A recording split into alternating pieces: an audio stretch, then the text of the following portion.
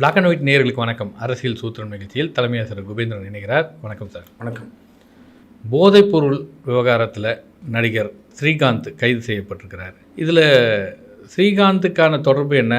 வாங்கி பயன்படுத்தியதா இல்லை அவரும் இந்த தொடர் விஷயங்களில் இருக்கிறாரா? இந்த சம்பவத்தினுடைய முதல் புள்ளி எங்கே தொடங்குதுன்னா, சென்னை நுங்கம்பாக்கத்தில் லாட்ஸ் ஆஃப் ட்ரிங்க்ஸ்னு ஒரு பப்பு, ஃபேமஸ் பப்பு. ஒரு சென்னையில் ஒரு 15 பப்பு தான் டாப்பாக இருக்கும். அதில் ஒரு பப்பு அது மகாத்மா காந்தி சாலை, பேர் தான் உத்தமர் மகாத்மா காந்தி சாலை. அதில் இருக்கிற பப்புன்னு வச்சுங்க. அதில் இது மட்டும் இல்லை, ஒரு 6-7 பப்பு இருக்குது. அது வேறு விஷயம். அட்லீஸ்ட் உத்தமர் காந்தி சாலையில் அந்த பப்புலாம் எல்லாம் வந்திருக்கணும். ஆனால் பெரிய ஸ்டார் ஹோட்டலே இருக்குது, அங்கே பார் இருக்குது. ஸோ இந்த ஐடி ஆஃபீஸ் பக்கத்தில் அந்த இடத்துல இருக்கிற பப்பு இது. இந்த பப்பில் ஒரு 2 கோஷ்டி சண்டை போட்டுக்கிறாங்க ஒரு 15-20 நாட்களுக்கு முன்பாக. இந்த சண்டையில் பிரசாத்னு ஒருத்தர் கைதாகிறார், அஜய் வாண்டியார்னு ஒருத்தர் கைதாகிறார், பிரதீப் குமார் கைதாகிறார். இந்த கைது செய்யப்பட்ட பிறகுதான் இந்த விவகாரத்தில் பல்வேறு விஷயங்கள் வெளியே வருகிறது. இது திமுக அதிமுக 2 குழுக்கள் இடையே நடந்த சண்டை. பாட்டில் எடுத்து அடிச்சுக்கிட்டாங்க. ஆனால் இந்த கைது செய்யப்பட்ட பிரசாத் அதிமுக ஐடி விங்கில் ஒரு பொறுப்பாளர், அது முக்கியமான பொறுப்பாளர். அவருடைய பேரில் பார்த்தீங்கன்னா அந்த ஐடி விங்கில் பிரசாத் சே நோ ட்ரக்ஸ் அது எல்லாமே போட்டிருக்காங்க. அதிமுகவில் எடப்பாடியிலேருந்து கடைசி தொண்டர் வரை திமுக ஆட்சி காலத்தில் இப்போ பார்த்தீங்கன்னா போதைப்பொருள் அதிகமாகி விட்டதுன்னு தொடர்ச்சியாக எடப்பாடி பழனிசாமி அவர்கள் விமர்சனம் பண்ணுவார். குறிப்பாக அதிமுக ஆட்சி காலத்திலும் இந்த போதைப்பொருள் ஒரு விற்பனை இருந்து வந்தது. திமுக ஆட்சிகள் தொடர்கிறது, அவ்வளோதான். கூடுவதுக்கு என்ன காரணம்னா, பயன்படுத்துகிற இளைஞர்கள் பட்டாலும் அதிகரிக்கிறது. அதனால் பார்த்திங்கன்னா சேல்ஸ் அதிகமாகுது. அது அதிமுக ஆட்சி காலத்தில் போதைப் பொருள் இல்லை அப்படி கிடையாது. காலங்காலமாக இருக்கிறதா இன்க்ரீஸ் ஆகிட்டே இருக்குது. இன்னும் சொல்ல போனால் இந்த பப்பு பார் கலாச்சாரத்தில் நிறைய போதைப் பொருள் விற்கப்படுகிறது. மெத்தாம்பட்டமின், ஸ்டாம்ப், சிந்தட்டிக், இப்படி வகை வகையாக விதவிதமான பெயர்களில் போதைப்பொருள் வழங்கப்படுகிறது. குறிப்பாக இளம் பெண்களை டார்கெட் செய்வது. அவங்களுக்கு பெண்களை உள்ளே வந்தால் தான் பையன் குடிக்க வருவான். ஸோ அந்த இடத்துல அவங்களுக்கு ஒரு டீலிங்ஸ் என்னென்னா, பெண்களுக்கு இலவசமாக அது கொடுப்பாங்க, ட்ரிங்க்ஸ் கொடுக்க மாட்டாங்க. அவங்க பார்த்திங்கன்னா வீட்டுக்கு போனால் அந்த வாசனை வராமல் இருக்கிறதுக்காக தான் இந்த போதைப்பொருள் கொடுக்கப்படுகிறது. இந்த கஞ்சா, ஸ்டாம்ப்பு ஒரு மாதிரி கேராக இருப்பாங்களே தவிர வாசனை வராது, அதற்காக பயன்படுத்துகிற பொருள். இந்த விவகாரத்தில் நடிகர் ஸ்ரீகாந்த் எப்படி சிக்கினார் என்றால், இந்த பிரசாத், அஜய் வாண்டியார், பிரதீப் குமார், இந்த 3 பேருமே இந்த ட்ரக்கு செல்லிங்கில் இருக்காங்க. இவர்கிட்ட வாங்கிய நபர், வாங்கி பயன்படுத்திய நபர் என்ற அடிப்படையில் நடிகர் ஸ்ரீகாந்த் சிக்கியிருக்கிறார். ஸ்ரீகாந்த் மட்டும் இல்லை, இன்னும் பல நடிகைகள் சிக்குவார்கள் என்று நமக்கு தெரிய வருகிறது. ஏன்னா ஒருத்தர் மட்டும் வாங்கி சாப்பிட்ற ஆள் கிடையாது. இதில் என்ன பியூட்டின்னா, இந்த பார் பப்பில் விற்கிற கேங் யார்? சென்னை ஃபுல்லாக காலேஜஸில், அதுவும் ப்ரைவேட் காலேஜில், ஹாஸ்டல்ஸு, இதுக்கு ஒரு பெரிய நெட்வொர்க்கே இருக்குது. ஆந்திராவிலேருந்து ஒரு டீம் பசங்களை படிக்க வைக்கிற போர்வையில் அவங்களே செல்லிங் ஏஜென்ட்ஸாக இருக்கிறாங்க. இது ஒரு காலேஜ் மட்டும் இல்லை, medical college, engineering college, arts and science, எல்லா காலேஜிலும் இந்த வீடுன்னா ஒரு கஞ்சா வகையிலான ஒரு பொருள். இந்த வீடுன்னு சொல்கிறாங்க. ஸோ எல்லா வகையிலும் இருக்குது. இப்போ என்னென்னா, போலீஸ் எவ்வளோ நடவடிக்கை எடுக்கிறாங்க. பெற்றவர்கள் தங்கள் பிள்ளைகளை காப்பாற்றுகிறோம் என்ற போர்வையில் லஞ்சம் கொடுத்து வெளியே கொண்டு போயிடறாங்க. 4 வருஷம் கழிச்சு அவன் எப்படி இருக்கான்றதெல்லாம் இல்லை, தன் பையனை போலீஸ் பிடித்து விட்டால் அவன் கல்வி எதிர்காலம் போயிடும். இந்த அடிப்படையில் இந்த விவகாரம் பல தலைகளை உருட்டும். காலங்காலம் நடக்கிறதா, புதுசு ஒன்றும் இல்லை. பாட்டாளி மக்கள் கட்சியில் எம்எல்ஏக்களாக இருக்கக்கூடியவங்களை நீக்கிட்டு மாவட்ட செயலராக வேறு நபர்கள்லாம் போட்டிருக்காரு ராமதாஸ். குடும்பத்தில் ஏதோ நிகழ்ச்சி, அந்த நிகழ்ச்சிக்கு குடும்ப உறுப்பினர்களை அழைப்பது அப்படின்றதுல அன்புமணியும் அழைக்கப்படுகிறாரா? அதாவது அப்பா மகன் மோதல் இன்னும் முடிவுக்கு வரவில்லை. முடிவுக்கு வருமா என்றதும் தெரியவில்லை. நான் வரலான்னு நம்பிட்டு இருந்தேன். இல்லை, இப்போ இந்த நிகழ்ச்சியில் அப்படி ஒரு வாய்ப்பு இருக்குதா? அன்புமணி அழைத்து, அதாவது என்ன நிகழ்ச்சின்னு சொல்லிடுறேன். இப்போ நீங்கள் அதுக்கு முன்னாடி சொன்னீங்க, மேட்டூர் எம்எல்ஏ சதாசிவத்தை நீக்கியிருக்கிறார் கட்சி பொறுப்புலேருந்து. மாவட்ட நீக்கிட்டு வேற ஒருத்தர் போட்டிருக்காரு. ஏன்னா இதுவரை நடந்த எந்த கூட்டத்திற்கும் சதாசிவத்திற்கு அழைப்பு விடுத்து அவர் தைலாபுரத்தில் டாக்டர் ராமதாஸை சந்திக்கலை. அந்த கோபத்தில் நீக்கியிருக்கிறாரு. அவர் அன்புமணி சேர்க்க போகிறார். என்ன பிரச்சனைனா, ஒரே நேரத்தில் சேலம் எம்எல்ஏ அருள், கௌரவ தலைவர் ஜி.கே. மணி 2 பேர் எம்எல்ஏவாக இருக்காங்க. 2 பேரும் ஒரே நேரத்தில் நெஞ்சு வலின்னு போய் அட்மிட் ஆகிருக்காங்க. அருள் வந்து அன்னைக்கு சாயங்காலமே ஏதோ வீட்டுக்கு வந்துடுறாரு. கோகாமணி வந்து இன்னும் இருக்கிறாருன்னு ஒரு பிரச்சனை. அதுக்கு வந்து கேலியாக கூட்டு பிரார்த்தனை செய்து இருவரையும் காப்பாற்ற வேண்டும் என்று அன்புமணி பேசிய அந்த வசனம், அதற்கு பின்னாடி எழுந்த ட்ரோல் டாக்டர் ராமதாஸையும் விமர்சித்து இன்றைக்கு இருக்கிற பாட்டாளி மக்கள் கட்சியுடைய ஐடி விங் கடுமையாக விமர்சிக்கிறது. அது 2 பேருக்கும் பெரிய தர்ம சங்கடம் ஒன்று. இதற்கிடையில் டாக்டர் ராமதாஸ் அவருடைய 60வது திருமண நாள் விழா நாளை நடக்கிறது தைலாபுரத்தில். அவர் வந்து ஒரு மிகப்பெரிய விழாவாக கொண்டாடுவதற்கு சில மாதங்களுக்கு முன்பு ஏற்பாடு செய்திருந்தார். ஆனால் இப்போ நடக்கிற கலேபுரத்தில் வீட்டோட வச்சுக்கலாம்னு முடிவு பண்ணிட்டாங்க. தைலாபுரத்தில் டாக்டர் ராமதாஸ், அவருடைய மனைவி சரஸ்வதி, அப்புறம் 2 மகள்கள், பேரன் பேத்திகளுக்கு மட்டும் அழைப்பு. அன்புமணிக்கு அழைப்பு இல்லை. இல்லை, இப்போ நடத்துறதே அன்புமணி தானே இது மாதிரியான விஷயங்களை நடத்தணும். ஒரு மகன் தான் முன்னிலையில் இருந்து நடத்த வேண்டிய நிகழ்ச்சி. மகள்களும் இருக்கிறாங்கள, அது மகள்கள் இருந்தால் நடத்தலாம், தப்பு ஒன்றும் இல்லை. ஆனால் மகனுக்கு அழைப்பு விடுக்க வேண்டும் என்று அன்புமணியுடைய மகள்கள் அழுத்தம் கொடுத்ததாக ஒரு தகவல். எங்கள் அப்பாவையும் கூப்பிடுங்க, திருமண விழா, அது உங்களுடைய 60வது திருமண விழா, தாத்தாவுடைய 60வது திருமண விழாவில் நாங்கள் எல்லாம் கலந்துக்கிறோம், அதனால் அப்பா அம்மாவை கூப்பிடுங்கன்னு மகள்கள் ஏதோ அழுத்தம் கொடுத்திருப்பதாக சொல்கிறார்கள். ஆனால் நம்ம பேட்டி கொடுக்குற இந்த நிமிடம் வரை அன்புமணிக்கு அழைப்பில்லை. இல்லை, குடும்பத்தில் வந்து இது அழைப்பு கொடுத்து தான் வரணும்னு இல்லை. ஒருவேளை அன்புமணி இதை மீறி போகிறதுக்கான அந்த ஒரு சூழல் இருக்குதா? இந்த இதற்கெல்லாம் வந்து ஒரு முற்றுப்புள்ளி வைக்கணும், இந்த சர்ச்சையை இழுக்க வேணாம் அப்படின்னு நினைச்சா இதுக்கு ஒரு வாய்ப்பு இருக்குது. இல்லை, அன்புமணி நினைத்தால் நினைத்தா வீட்டுக்கு போகலாம், உள்ளே கலந்துக்கிட்டால் அந்த படம் கடை வெளியே வராமல் இருக்கலாம். இந்த சண்டையில் வந்து நான் போய் இருந்தாலும், அதாவது அன்புமணி ஒரு டாக்டிஸான பாலிடிக்ஸ் பண்ணுறாரு. கடுமையான விமர்சனம், அதுவும் டாக்டர் ராமதாஸ் வைத்த விமர்சனம் கொஞ்சம் நெஞ்சமல்ல. வரிக்கு வரி, வார்த்தைக்கு வார்த்தை அன்புமணியால் பதில் சொல்லியிருக்க முடியும், இல்லை பேசியிருக்க முடியும். ஆனால் எங்கள் குலசாமி ஐயா ராமதாஸுடைய கனவை வந்து நிறைவேற்றுவேன், இப்படியே போயிட்டுருக்காரு. அதாவது வந்து கவுண்டர் அட்டாக்கே செய்யாமல் பாலிடிக்ஸ் பண்ணுறார் அன்புமணி. உண்மையே நல்லது, வரவேற்கத்தக்கது. நீங்கள் சொன்ன மாதிரி அழைப்பே இல்லைனாலும் வீட்டுக்குள்ளே போயிட்டு வாழ்த்துட்டு அந்த மாதிரி வெளியே வரலாம், நடக்கலாம். ஆனால் ராமதாஸ் அவருக்கு அழைப்பு விடுக்கவில்லை என்பதுதான் தைலாபுர தோட்டத்திலிருந்து வருகிற தகவல். கண்டிப்பாக இப்போ அதில் பார்த்திங்கன்னா இன்றைக்கி சாயங்காலம் வருங்கால தமிழகமே அப்படின்னு ஒரு ரொம்ப காலமாக ஒரு ஃப்ளெக்ஸ் போஸ்டர் எல்லாம் வச்சு அவர் வீட்டுக்கிட்ட ஒட்டியிருக்காங்க. அதெல்லாம் கூட கிழிச்சிட்டாங்க. அன்புமணியுடைய படம் கூட தைலாபுரத்தின் அந்த காம்பவுண்ட் வாசலில் சுற்றுச்சூழல் இருக்கக்கூடாது என்று யார் விரும்புகிறார்? டாக்டர் ராமதாஸ் விரும்புகிறார். அப்போது உண்மையிலே நியாயமாக தன்னுடைய 60வது திருமண நாள் விழாவை மகள்களை வைத்தும் மகனை வைத்து தான் கொண்டாடணும். பட் சண்டை இப்படி முத்தி போய் நிற்குதே, அதனால் ஒன்றும் பண்ண முடியாது. கோயம்புத்தூரில் ஆர்எஸ்எஸ் தலைவர் கலந்துக்கிட்ட நிகழ்ச்சியில் முன்னாள் அமைச்சர் வேலுமணி கலந்துக்கிட்டார். சோஷியல் மீடியாக்களில் ட்ரோல் ஆகிறதுலாம் என்னென்னா, தலவாய் சுந்தரம் நாகர்கோவிலில் ஆர்எஸ்எஸ் பேரணியை தொடங்கி வைத்த போது அவர் தற்காலிக நீக்கம் செய்யப்பட்டார், எஸ்பி வேலுமணியும் நீக்கம் செய்யப்படுவாரா அப்படின்ற மாதிரி கொண்டு போயிட்டுருக்கிறாங்க. உண்மையிலே அப்படியான நிர்பந்தம் இருக்கிறதா? ஏன்னா தலவாய் சுந்தரத்தை நாம் நீக்கினோம், அப்படி ஒரு நடவடிக்கையை எடுத்தாக வேண்டிய கட்டாயத்திற்கு இருக்கிறோம் அப்படின்ற மாதிரி சூழல் எடப்பாடிக்கு பழனிசாமிக்கு இருக்குமா? அதாவது இந்த மாதிரி இணையதளத்தில் எழுதப்படுகிற வாசகங்கள் எல்லாம் அதிமுக ஐடிவிங்க இல்லை அதிமுக தொண்டர்கள் எதனால பரவாயில்ல, திமுக டீம் எழுதுது, ஒன்றும் பண்ண முடியாது. இதுதான் அரசியல். அதாவது தலவாய் சுந்தரத்துக்கு வந்தால் ரத்தம், எஸ்பி வேலுமணிக்கு வந்தால் தக்காளி சட்னியா, அது ஜாதி பேர்லாம் சொல்லி எழுதுகிறாங்க. பட் என்னென்னா, அந்த காலகட்டத்தில் பாஜகவுடன் கூட்டணியில் இல்லை. கூட்டணியில் இல்லாத போது அந்த இடத்துக்கு போய் கொடியசைத்து வைப்பது தப்பான விஷயம். ரெண்டாவது, கன்னியாகுமரியில் சகஜம். திமுகவில் எம்பி அந்த அம்மா வந்து பாஜகவில் ஏதோ ஒரு கேட்கும்போது கையெழுத்து போட்டாங்க, ஏதோ ஒரு தேசிய அளவில் ஒரு கையெழுத்து கேட்டால் போட்டாங்க, அது பத்திரிக்கையில் வந்தது. ஸோ அதனால் கன்னியாகுமரியில் வந்து சம்பிரதாயம் சடங்கு இதெல்லாம் தாண்டி இந்த அதிமுகவும் பாஜகவும் இணைந்து இருப்பாங்க. காரணம் என்பது அந்த அங்கே இருக்கிற மத அரசியல் அந்த மாவட்டத்தில் இருக்கிறது. ஆனால் இப்போது கோயம்புத்தூரில் நடந்த ஆர்எஸ்எஸ் மாநாடுன்னு சொல்ல முடியாது. அது வந்து ஆக்சுவலாக பார்த்தீங்கன்னா ஆர்எஸ்எஸ் 100ஆண்டு விழான்னு பின்னாடி போட்டுக்கிட்டு முன்னாடி பேரூர் ஆதீனம் சாந்திலிங்க அடிகளாருடைய 100ஆண்டு விழா. உண்மையிலே அவர் சொல்கிறார், எஸ்பி வேலுமணி என்ன சொல்கிறாருன்னா, அது என்னுடைய தொகுதிக்குள் வருகிற ஒரு பேரூர் சன்னிதானம், அவர்கள் அழைத்தால் நான் போக முடியாது என்று சொல்ல முடியாது, மறுக்கவே முடியாது. அதனால் என் தொகுதியில் வருகிற அந்த பேரூர் ஆதீனத்தின் நிகழ்ச்சியில் நான் கலந்து கொண்டேன். ஆர்எஸ்எஸ் மாநாடு என்பது முக்கியமல்லங்கிட்டார். ரெண்டாவது, இன்னும் ஓங்கி கூட அடிச்சிடலாம். ஆமாங்க, ஆர்எஸ்எஸ் நூற்றாண்டு விழாக்கு நான் போனேன், என்ன பிரச்சனை உங்களுக்கு, திமுக என்ன பிரச்சனை, அதெல்லாம் எது கேள்வி கேட்குறீங்க சொல்லலாம். காரணம், பாஜகவுடைய தாய் அமைப்பு ஆர்எஸ்எஸ், உலகத்துக்கே தெரியும்.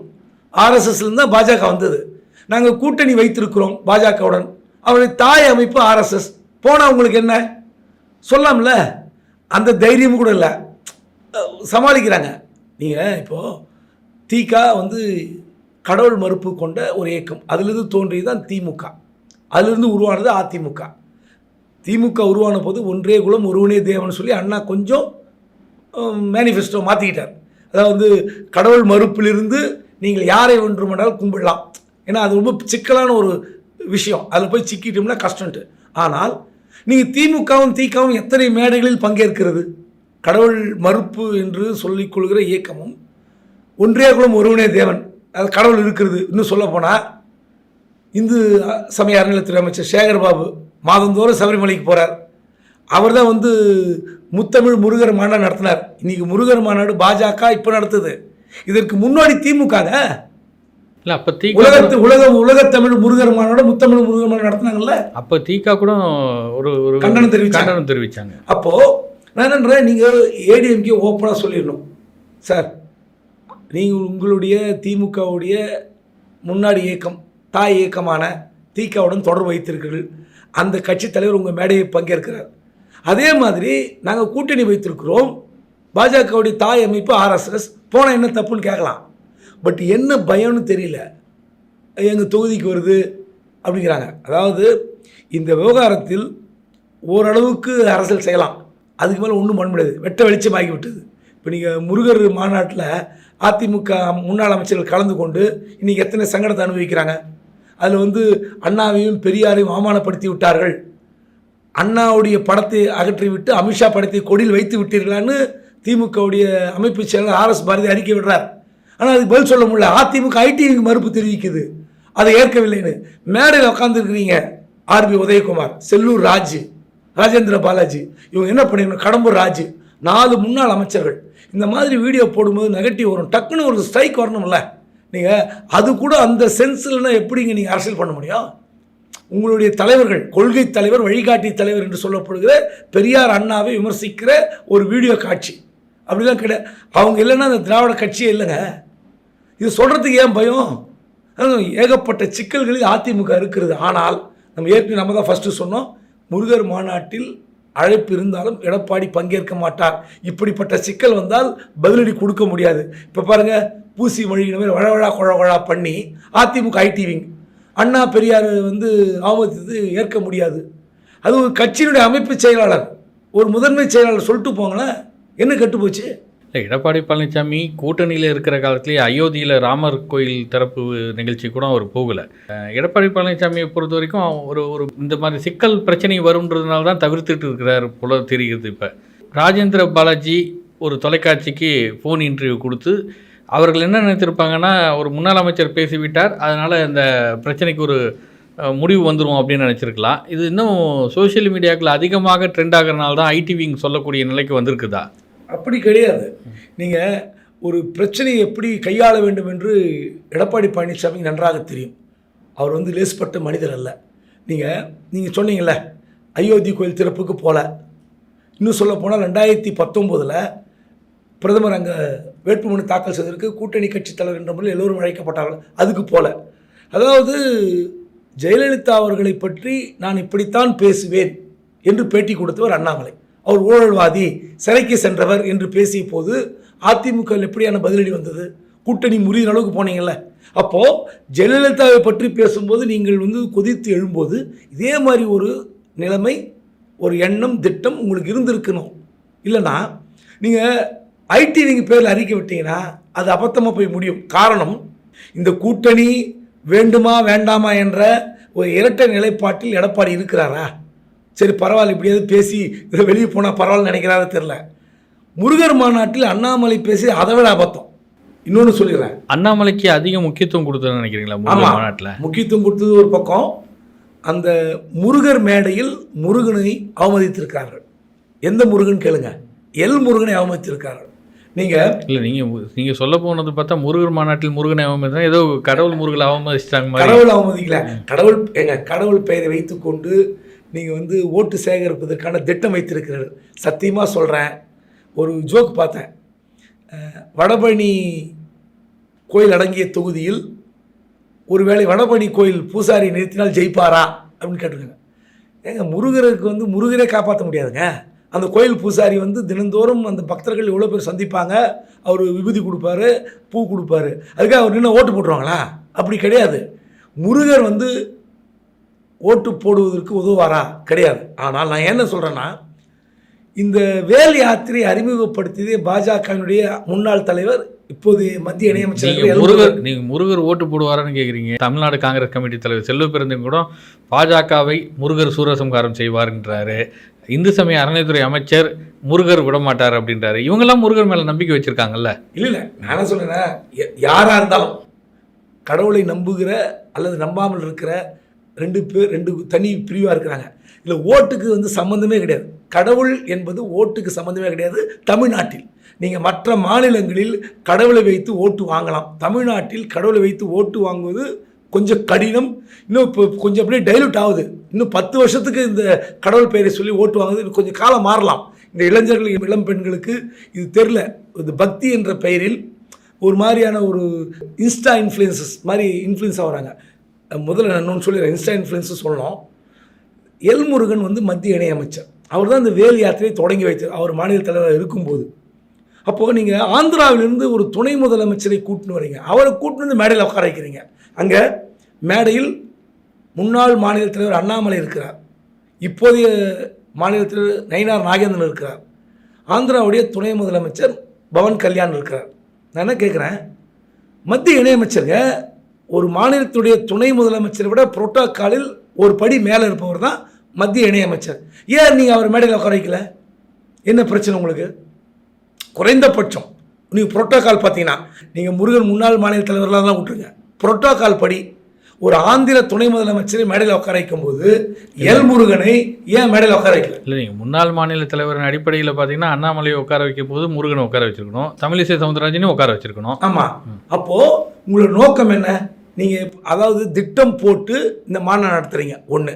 ரெண்டாவது, முருகர் மாநாட்டில் என்ன பேசுகிற அண்ணாமலை, குழந்தைகள், பள்ளிக்கு செல்லும் குழந்தைகள் திருநீர் அணிந்திருக்க வேண்டும், ருத்ராட்சை கொட்டை அணிந்திருக்க வேண்டும். நான் ஒன்றே ஒன்று கேட்குறேன், ரொம்ப சிம்பிளாக கேட்குறேன். அண்ணாமலையுடைய மகள் பெங்களூரில் படிக்கிறாங்க. தயவு செய்து இது அந்த குழந்தைங்க படத்தை போட்டு அரசியல் பண்ணணும்னு எனக்கு அவசியம் இல்லை. அவர் சொல்லுவாரா, என்னுடைய மகனும் பெங்களூரில் திருநீர் அணிந்து கொண்டு ருத்ராட்சம் அணிந்து கொண்டு பள்ளிக்கு போகிறார்கள் சொல்லுவாரா? படத்தை வெளியிடுவாரா? கேட்டால் நியாயமா? நீங்கள் ஏங்க இப்படி அரசியல் பண்ணுறீங்க? நீங்கள் ஒரு படித்தவர், நீங்கள் எல்லாருக்கும் பக்தி இருக்கலாம், பக்திக்கும் கல்விக்கு என்ன சம்பந்தம்? விரும்புகிறவங்க அணிந்து கொண்டு போகலாம், விபூதி அணிஞ்சுக்கலாம், இல்லை நாமும் போட்டுக்கலாம். ஏன் விபூதி தான் அணியணுமா? வைணவர்கள் வந்து நாமும் போட்டுக்கலாம். இல்லை, ஒவ்வொருத்தருக்கும் ஒரு பக்தி இருக்கும். அது பக்தியை கொண்டு வந்து கல்வியில் ஏன் திணிக்கிறீங்க? இதனால தான் பாஜக கெட்ட பெயர். இதுதான் அதிமுக உணரணும். நீங்கள் இந்த மாநாட்டில் கலங்காத விட்டுருங்க. முருகர் மாநாடு என்ற பெயரில் நீங்கள் மதுரையில் என்ன பண்ணீங்க? இன்ஸ்டா இன்ஃப்ளூயன்சஸ் இந்த 10 நாட்கள் முன்பாக 13ஆம் தேதியே அறுபடை கோயில்கள் அடங்கிய செட்டப்பை கொண்டு வந்துட்டீங்க. இதை வைத்துக்கொண்டு எப்படி மக்கள்கிட்ட கொண்டு போய் சேர்த்தீங்கன்னா, 50,000 2 லட்ச ரூபாய் வரை கேரளா, தமிழ்நாட்டில் இருக்கிற இன்ஸ்டா இன்ஃப்ளூயன்ஸ் 50 பேருக்கு மேலே பணத்தை கொடுத்து இந்த மாதிரி அறுபடை கோயில்கள் அடங்கிய செட்டப் மதுரையில் இருக்கிறது, நீங்கள் ஒரே இடத்தில் அறுபடை கோயில்களில் இருந்து தரிசிக்கலாம் என்று நீங்கள் விளம்பரம் செய்ததன் விளைவாக இத்தனை லட்சம் பேர் வந்தாங்க. அதாவது அப்போ கடவுளை நீங்கள் இன்ஸ்டா இன்ஃப்ளூயன்ஸ் மூலிமா பணத்தை கொடுத்து விளம்பரப்படுத்த வேண்டிய அவசியம் என்ன? முருகர் மாநாடு விளம்பரம் கொடுக்குறீங்க, அதோடு கொடுங்க. இத்தனை லட்சம் செலவு பண்ணி என்ன பிரயோஜனம்? மதுரையில் இருக்கிற பலதரப்பட்ட மக்களுக்கு நான் ஃபோன் பண்ணேன் நேற்று. நீங்களாம் போனீங்களா? நாங்களாம் வீட்டிலே இருக்கிறோம், நாங்கள் வந்து யாருக்காகவும் ஏமாற தயாராக இல்லை. வெளியூர்லேருந்து வந்தாங்க, லட்சக்கணக்கில் வந்திருப்பாங்க. ஆனால் இந்த முருகரை வைத்துக்கொண்டு திராவிடத்தை வீழ்த்துவோம், திமுக வீழ்த்துவோம் சொல்லி நீங்கள் போஸ்ட் அடிச்சிங்க. அதான் வந்து திமுக அமைப்பு செயலர் ஆர்.எஸ். பாரதி அழகாக கேட்டிருக்கார். திராவிடத்தின் பெயரை தாங்கிய, அண்ணாவின் பெயரை தாங்கிய இந்த அதிமுக இப்படிப்பட்ட மாநாடு என்ற பெயரில் அவர்கள் வெட்டிய கிணற்றில், இந்த பாழும் கிணற்றில் நீங்களே விழப்போகிறீர்களே, இந்த அறிவு கூட இல்லையான்னு கேட்டிருக்காரு. அப்போது நீங்கள் அந்த மேடையில் உட்காந்து இதை பேசுகிற பேச்சு கேட்டது ஒரு பக்கம். ரெண்டாவது, இந்த மாதிரி தீர்மானம் போட்டால் எங்களுக்கு நெருக்கடி வரும், நாங்கள் கூட்டணி கேர்ஃபுல்லாக பாருங்கள். இந்த மாதிரி முருகர் என்பது பக்திக்காக கொண்டாடப்படுகிற ஒரு கூட்டம் இல்லை விழா. இதில் திமுக அரசியல் கொண்டு வர தேவை இருக்குது. இல்லை அரசியலே தேவையில்லையே. நாங்கள் இப்போ வேலை எடுத்துகிட்டு வரோம், முருகர் மேளம் நடத்துகிறோம், அடுத்து திமுக வீழ்த்துவோம்னா அப்போது நீங்கள் அதோடு நிறுத்திருக்கலாம். திராவிடத்தை வீழ்த்துவோம் அப்படின்ற ஸ்லைடு போடுறாங்க, வீடியோ போடுறாங்கன்னா இது எவ்வளோ பெரிய ஒரு உங்கள் கட்சிக்கு நெருக்கடி. உங்கள் கட்சியிலே திமுகவிலிருந்து பிறந்து தான் அதிமுக. அப்போ அந்த கட்சியிலே திராவிடத்தை நேசிக்கிற இல்லை திராவிடத்தை சுவாசிக்கிற ஒரு கூட்டம் இருக்குல்ல, 35-40 வயசுக்கு மேலே, அவங்களாம் என்ன நினைப்பாங்க? கடவுளுக்கும் அரசியலுக்கும் சம்பந்தமே இல்லை என்பது தமிழ்நாடு பல முறை தீர்ப்பு எழுதியிருக்கிறது. 2026 என்ன தீர்ப்புன்னு யாருக்கும் தெரியாது. இப்போ முருகர் மாநாடு நடந்ததுனால பாஜகவுக்கு ஒரு எழுச்சியே இருக்குதுன்னு நினைக்கிறீங்களா, இல்லை பாஜக அதிமுக கூட்டணினால இதுக்கு ஒரு விரிசல் வீழ்ச்சி அப்படின்னு நினைக்கிறீங்களா? ஏதாவது இந்த கூட்டணி விவகாரத்தை திமுக முன்கூட்டியே கையில் எடுத்துருச்சு. பாருங்கள், அண்ணா படத்தை எடுத்து அமித்ஷா படன்ற அளவுக்கு அறிக்கை விடுறாங்க. அப்போது தொடர்ச்சியாக என்ன, ஆன்டி பிஜேபி ஓட்ஸை டிஎம்கே எடுக்கணும், மைனாரிட்டி நியூட்ரல் ஓட்ஸு. அப்புறம் ரெண்டாவது பாஜக இப்படி பண்ணுற வேஷங்கள், வெளி வேஷங்கள். நீங்கள் குழந்தைகளுக்கு இப்படி ஒன்றும் கிடையாது. தமிழ்நாட்டில் தென் மாவட்டங்களில் யாரும் கயிறு கட்டிட்டு பள்ளிக்கு வரக்கூடாது. ஏன்னா கயிறு குறிப்பிட்ட ஜாதிக்கான கயிறுலாம் வந்துருச்சு. வெறும் முருகருக்கு கருப்பு கயிறு சிவப்பு கயிறுலாம் இருக்குது. அந்த மாதிரியான கயிறு கூட இல்லை, ஜாதிக்கான கயிறு கூட கட்டக்கூடாதுன்னு ஒரு முன்னாள் நீதிபதி விசாரணை கமிஷன் போட்டிருக்குது. அப்போது இந்த மாதிரி நேரத்தில் நீங்கள் இன்னும் இது மாதிரிலாம் தூண்டுறீங்கன்னா இதில் தேவையில்லாத அரசியல். ஒன்றே ஒன்று தான், நீங்கள் திமுகவுடைய ஆட்சி நிர்வாகத்தை, ஊழல்களை, லஞ்ச லாவண்யங்களை, நிர்வாக சீர்கேடுகளை விமர்சியுங்கள்.